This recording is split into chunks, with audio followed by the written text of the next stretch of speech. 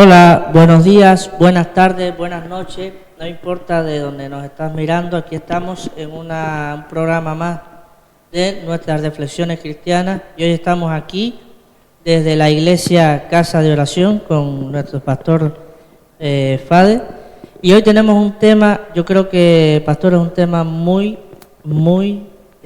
bueno para reflexionar, para que aprendamos a reflexionar.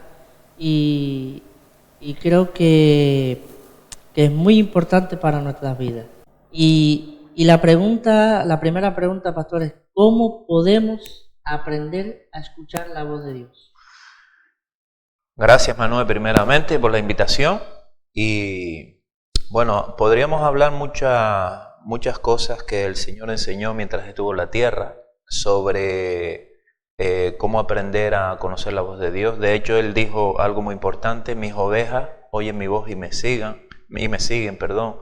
Otra cosa es que el mismo Jesús dijo que el Espíritu Santo guía a los que son hijos de Dios.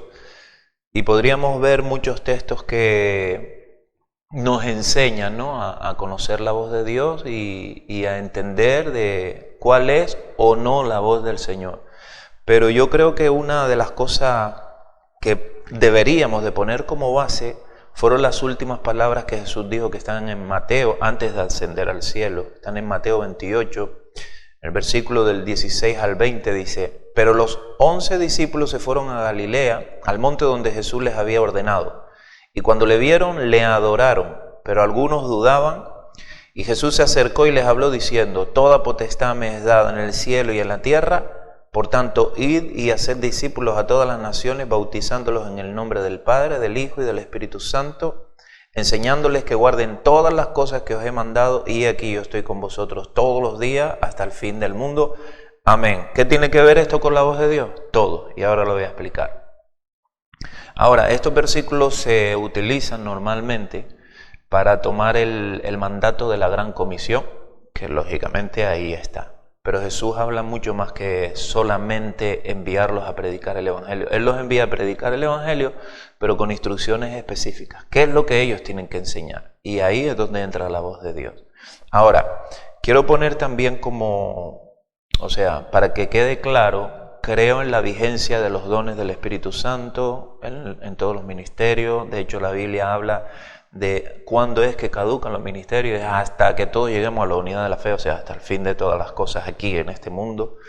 Entonces, creemos en todas estas cosas y creemos en la multiforme o la multimanera de Dios de hablar. Te puede hablar en visiones, en sueños, a tu conciencia, a tu corazón. Creemos en todo eso. Ahora, por otro lado, también creemos que se han levantado mucha confusión, aún dentro del mismo pueblo de Dios, de decir Dios dijo cuando Dios no lo ha dicho. Entonces, yo creo que lo primero que deberíamos de tener en cuenta es cómo está tu relación con Dios. O sea, ¿tú tienes una sana relación con Dios? ¿O tú quieres sacarle palabras a Dios que Dios no está diciendo y comunicarlas en su nombre cuando Él no ha dicho nada de eso? De hecho, hay momentos donde hasta somos capaces de decir cosas que contradicen directamente a la doctrina general de la Biblia. Entonces, yo creo que no podemos ni debemos de poner profecías o palabras de Dios, sea que Dios te las da para ti o que sean para otro. No debemos ponerla por encima de lo que ya el Señor nos dejó escrito. Y aquí es donde entra lo que acabamos de leer. ¿Qué es lo que le dice Jesús a sus discípulos? Y Jesús no está anulando la forma en donde Él va a tratar con cada uno de sus discípulos en cualquier momento de la historia, especialmente con esto, que eran los que iban a escribir, lo que se nos iba a quedar a nosotros, a los creyentes de todas las generaciones postreras. Jesús les da específicamente cómo es que ellos tienen que hacer y qué es lo que tienen que enseñar, para que no se degrade o se vaya perdiendo su esencia. Las palabras del Señor dice: por tanto, id y haced discípulos a todas las naciones de la tierra, bautizándolos en el nombre del Padre, del Hijo y del Espíritu Santo, enseñándoles que guarden todas las cosas que os he mandado. ¿Por qué le prestamos tanta atención a todo lo que tiene que ver que a veces hasta son especulaciones. Dios me dijo, yo vi, yo soñé, el Señor me dijo para ti, que tiene su lugar, ya dijimos que creemos en esto. Pero ¿por qué le damos más importancia a todas esas cosas que a lo que Jesús dijo? Jesús le dijo a sus discípulos, enséñenle que guarden todas las cosas que os he mandado. Aquí no vemos nunca a Jesús especulando ni hablando cosas fuera del lugar en cuanto a lo que el Padre le dio. Él dijo en diferentes ocasiones, yo no he venido a hacer mi voluntad, sino la voluntad del que me envió. ¿En qué basaba Jesús no solamente su ministerio, sino su doctrina y todo lo que hizo y todo lo que dijo? En lo que el Padre ya le había dicho. Pongámoslo de alguna manera de esta forma. En lo que ya habían hablado él y el Padre. Jesús no vino a improvisar nada. ¿Él en qué se basó? En lo que ya estaba dicho. De hecho, estaba dicho y sigue dicho en la ley, los profetas y los salmos. Entonces, él no vino a improvisar ni a contradecir nada. Él vino a cumplir. Y esa es la voz de Dios. ¿Cuál? La que Dios transmitió, la que le transmitió a Jesús en los cielos, cuando sea que fuere el momento donde se lo dijo, y a su vez también se lo transmitió a los profetas. Entonces, ¿qué fue lo que hizo Jesús? El Padre me ha dicho, y esto es lo que les comunico. El Padre me dijo que hiciera, y esto es lo que yo hago. Entonces, nosotros ahora tomamos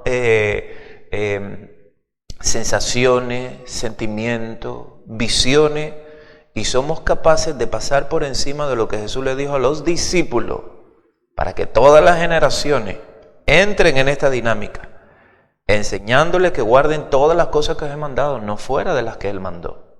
¿Cuáles fueron las cosas que Jesús mandó? Ni siquiera a veces, muchos, no todos, de los que están diciendo Jesús, Dios me dijo, Dios me mostró, Dios me enseñó, ni siquiera saben la palabra. Entonces no pueden contrarrestar lo que dice la palabra con lo que ellos están sintiendo. Entonces yo creo que una de las partes más importantes, por no decir la parte más importante, primero aprende las Escrituras.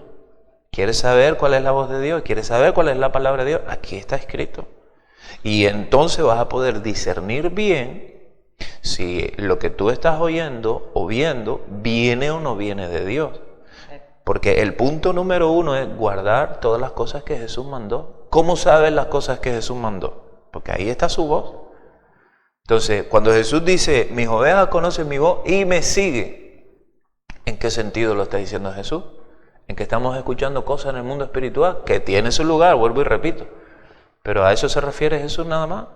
No le dijo a sus discípulos, enseñen que guarden todas las cosas que os he mandado.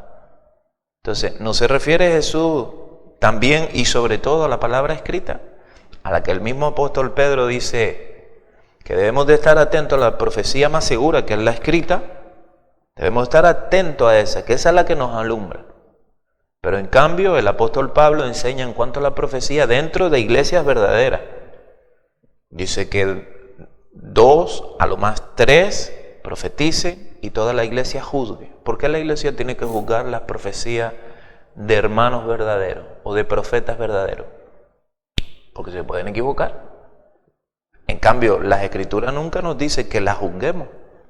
Todo lo contrario, que prestemos atención, que hagamos lo que está escrito.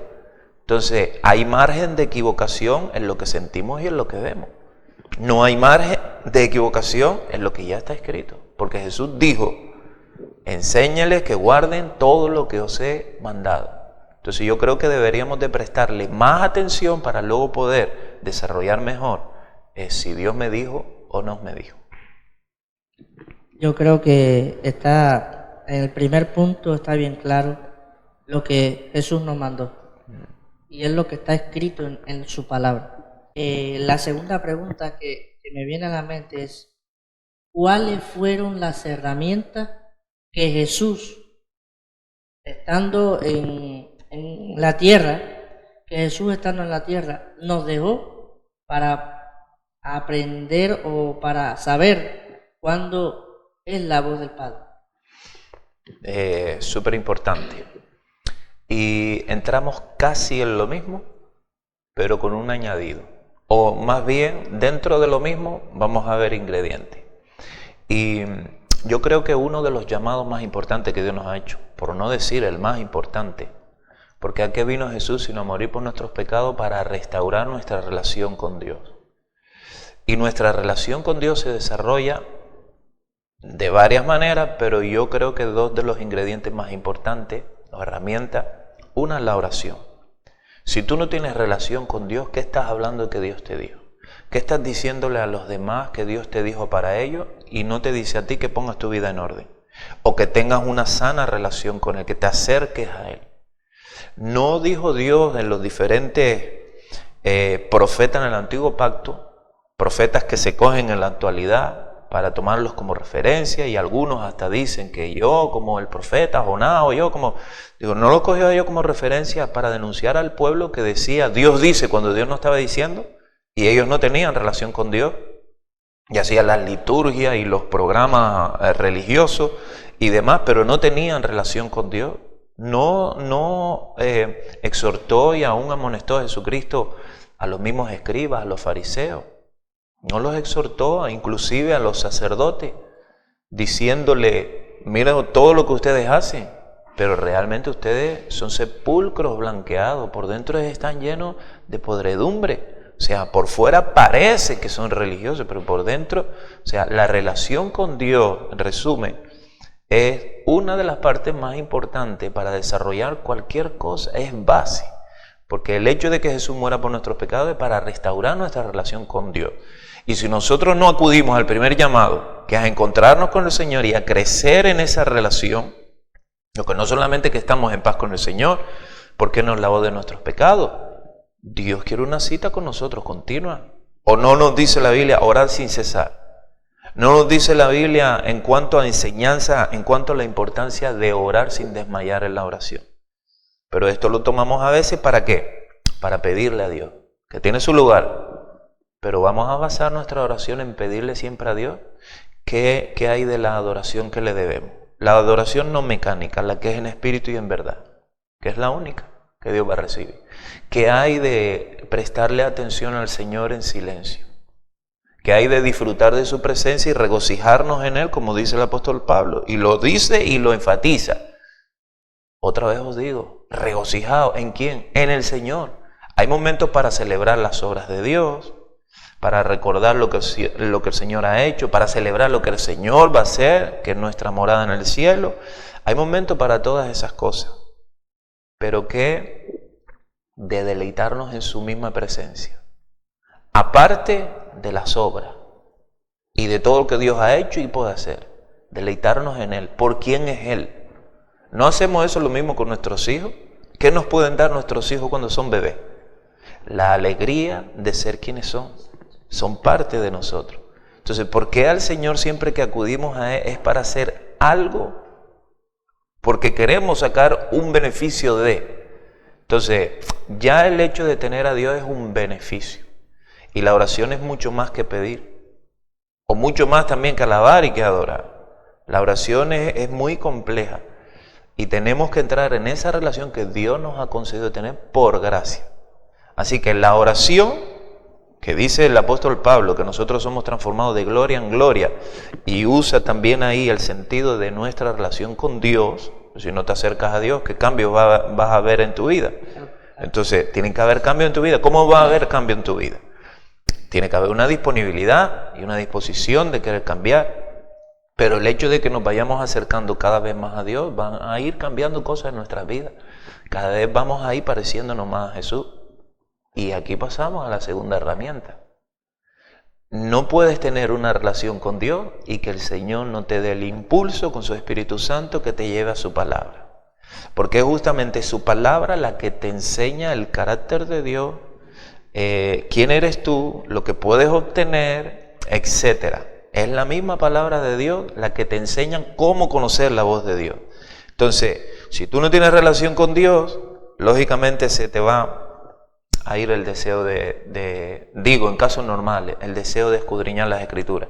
Y si tienes deseo de escudriñar las Escrituras, las mismas Escrituras también te van a impulsar a que busques a Dios en oración. Porque las dos están conectadas, son dos herramientas que Dios nos ha dado para que conozcamos la voz de Dios. Es más, la misma palabra de Dios te va a enseñar, no te va a dar instrucciones, mira, para que cuando sientas así o veas así es Dios. No. Es un discernimiento que se va desarrollando. Y se va desarrollando con la práctica. Porque Dios ha dado un don de discernimiento de espíritu como don. Ese don es perfecto. Pero hay otro discernimiento que se va desarrollando con el ejercicio de la piedad. O sea, a medida que tú te acercas a Dios y a medida que tú vas aprendiendo más las escrituras, porque por más que tú te sepas de memoria las escrituras y resumir todos los libros de la Biblia, no tenemos el 100% de la iluminación. Esto es algo progresivo, que no lo vamos a alterar. Yo quiero saber el 100%, no. Esto es progresivo. Entonces, dos herramientas básicas para conocer la voz de Dios: la oración y las escrituras. Gloria a Dios. Yo creo que el tema, de aquí se puede sacar, pastor, tela por donde cortar. Y es muy abarcador el tema de aprender a escuchar la voz de Dios. Y ya hemos escuchado cómo podemos escucharla. Y lo principal, es lo importante, lo que está escrito. Herramientas para escuchar la voz de Dios, dos de las más importantes: la oración y la palabra. Ahora, para cerrar ya el programa, traigo una pregunta que a lo mejor muchos dirán, pero ya lo dijo, ya lo habló, pero puede enfatizarse un poquito más en esto. ¿Cuál de importante o cuál es la importancia que debemos tener no solamente los creyentes, los nacidos de nuevo, los cristianos, sino las personas que nos están escuchando por primera vez, o que no son nuevos convertidos, que no son creyentes? ¿Cuál de importante es experimentar o saber cuándo es que Dios te habla? O sea, la importancia de escuchar la voz de Dios. Repíteme esta última parte, que no, o sea, estás hablando de qué importante es el hecho de que Dios te hable. Sí, importante el hecho de que Dios te hable, pero también de saber escuchar la voz de Dios. Claro, tan importante como podríamos entrar ahora en otro tema.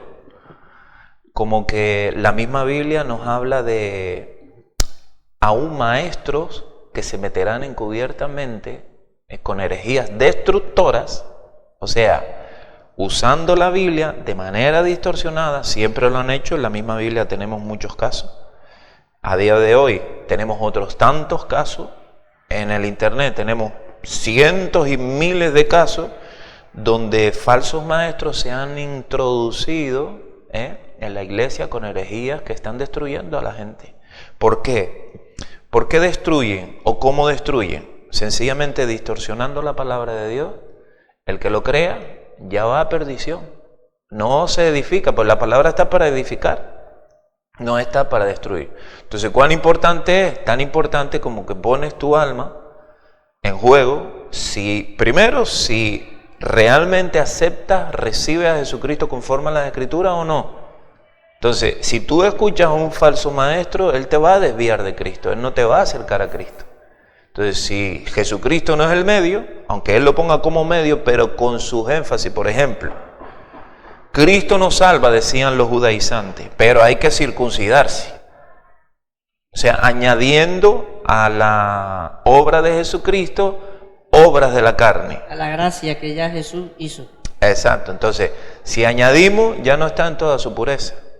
Sí, el Señor dijo en su palabra, pero hay otras cosas aparte de su palabra. O no, esto quiere decir lo que realmente no está diciendo. Entonces, las Escrituras en sí mismas se interpretan. Yo no tengo que buscar una interpretación que la Biblia ya no está interpretando.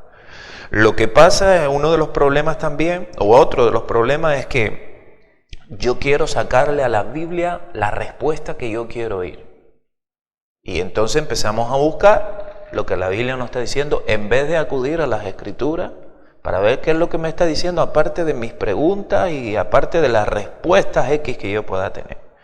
Entonces, tan importante como que la doctrina sí es sana o si está alterada y adulterada, te puede acercar o te puede desviar de Cristo, tanto para salvación como para edificación. Y no solamente hemos sido llamados a ser salvos, hemos sido llamados a ser edificados a la estatura de Cristo. Y esto es un camino mientras estemos en este mundo, pero un camino que no tiene un hasta aquí llegué. A la estatura de Cristo no vamos a poder llegar hasta que Dios nos haga perfecto, y seremos perfectos cuando recibamos un cuerpo, y eso será en la resurrección. O sea, estamos hablando del final de todas las cosas en este mundo. Claro. O sea que todos los días, en el recorrido de este mundo, todos los días vamos a ir escalando o caminando hacia llegar a la estatura del varón perfecto. Así es. Que es Jesucristo. Así es. ¿No? Entonces, es como decía, un tema que en 15 o 20 minutos no se puede abarcar todo lo que uno quiera o explicar todo lo que uno quiera, pero yo pienso que las 3 preguntas estas sí podemos, o los que nos están escuchando sí pueden entender lo que queremos nosotros transmitir, o que quiere Dios transmitir a las personas que hoy estamos viviendo días difíciles, días muy convulsos y muy confusos también para nuestros hermanos, y no solamente para nuestros hermanos en Cristo, sino para también las personas que no son creyentes. Pastor, le doy las gracias por una vez más estar en nuestro programa, pero antes de cerrar, quería allí donde usted está, si usted quiere aceptar al Señor Jesús, donde quiera que usted está, usted no tiene que hacer nada. Lo único que puede hacer, lo único que tiene que hacer es aceptar a Dios como su único Señor y Salvador, y usted será parte, será miembro del reino de Dios, o sea, un hijo más. Si quiere aceptar a nuestro Señor Jesús, lo único que tienes que hacer es levantar la mano y repetir la oración que yo le pido a nuestro pastor que haga para nuestros oyentes o personas que nos ven, para que puedan aceptar al Señor Jesús. Sí. Bueno, recitar un momentito antes de orar.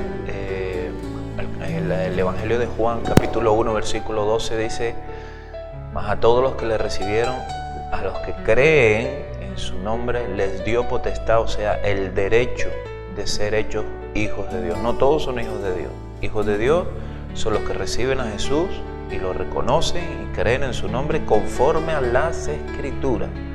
Y esta fe, el creer en Jesús, nos va a llevar no solamente a recibirlo, sino nos va a llevar a querer y hacer su voluntad. Entonces yo te animo a que por medio de la fe en su nombre tú le digas: Señor, yo te doy gracias por tus palabras, porque tus palabras me enseñan la obra que tú hiciste por mí en la cruz.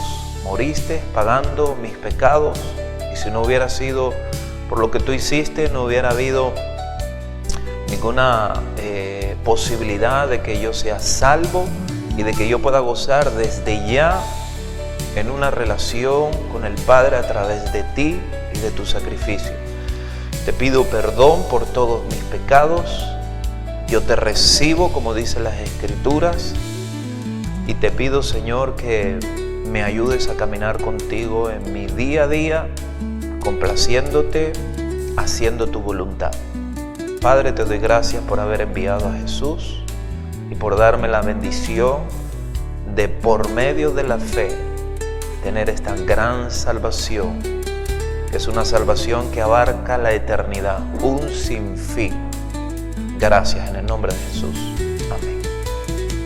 Pues, Pastor, muchas gracias, y espero que no sea la última vez que nos haga o nos ayude, nos explique una reflexión más de la palabra de Dios. Sí, gracias por la invitación, y espero que reflexionen en la palabra y que la pongan en práctica, que es lo que hace que funcione. Muchas gracias, Pastor. Reflexiones cristianas en mi alma, busco